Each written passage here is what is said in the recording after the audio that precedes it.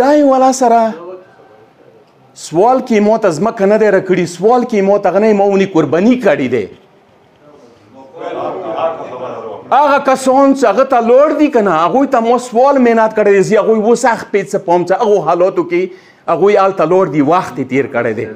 په کار دا دی زه نن دغه ځای نه پاڅېږم، هغه ځای کې ودرېږم، له ځای ته غږ وکړم چې له ځایه راوځه، څوک دې نه مني، څوک دې نه مني، هغه سړی راوځه.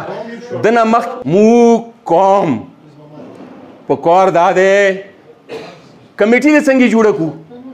کمیټۍ کې پیزما سپینې جامې دي، پیزمات ورکېوالی کا، اجي نوروز ورکېوالی کا، هغه عادت لای نه شي. اجي صاحب ورکېوالی کا، هغه بلډ پریشر مریض دی، هغه د دوه ډبي ګل ځان سره ګرځوي. سو بیا له ځواب ورته وکړه اجي صاحب بیمار دی، نوروز اجي مروز دی، اتیاوو کولو سړی دی، نه شي تللی. کار دا دی چې موږ ته داسې کمیټي په کار دی چې هغه څه صاحب راوي، هغه څه یوه ډمبوزه وي چې چا پیزما ماته خولې ته ډمبوزه ورکوی.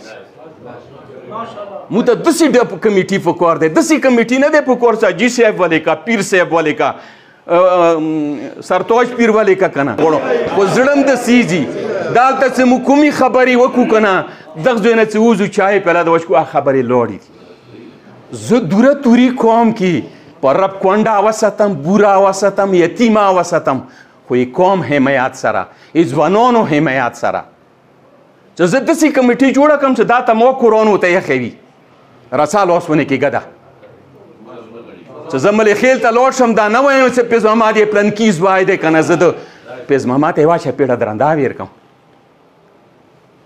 ایموڅوره جرګې کې شروع دي، بغکي کې جرګه شروع دی.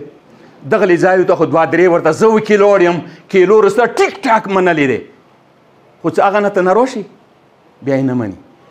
شیخ علي مداد زمانې کې حاجي صاحب ته به یاد وي، دغه ځای نه مو ګوډې ور ډا کړل، له ځایو کې ورته کوږ شو چې څه مې زړه مرضي وه هغه یې ومنله، ښایه ومنل. خو که په داسې خبرو وي که نه، نه مني. ما دغو خلکو خو قرباني کړی دی که نه. زه هغو خلکو ته سلام پیش کوم چې 2000 شاهدان مو ویر که د مو تاسې د عزت سره نوست وي، د و د زندګي مو تاسې تېروو، د پسته پسته ګرځو، د هغو قربانیا دي. په کار د هغه قربانیا مو څه ضایع نه شي، خو ټیټ ودرېږو، خو څوک ودرېږي؟ د هغه سړی ودرېږي چې هغه خپو کې غړو کې اعتقاد وي، لږې چې هغه هم نه ډرېږي، که وختو که په د قوم د واوړې که نه. زه مزرات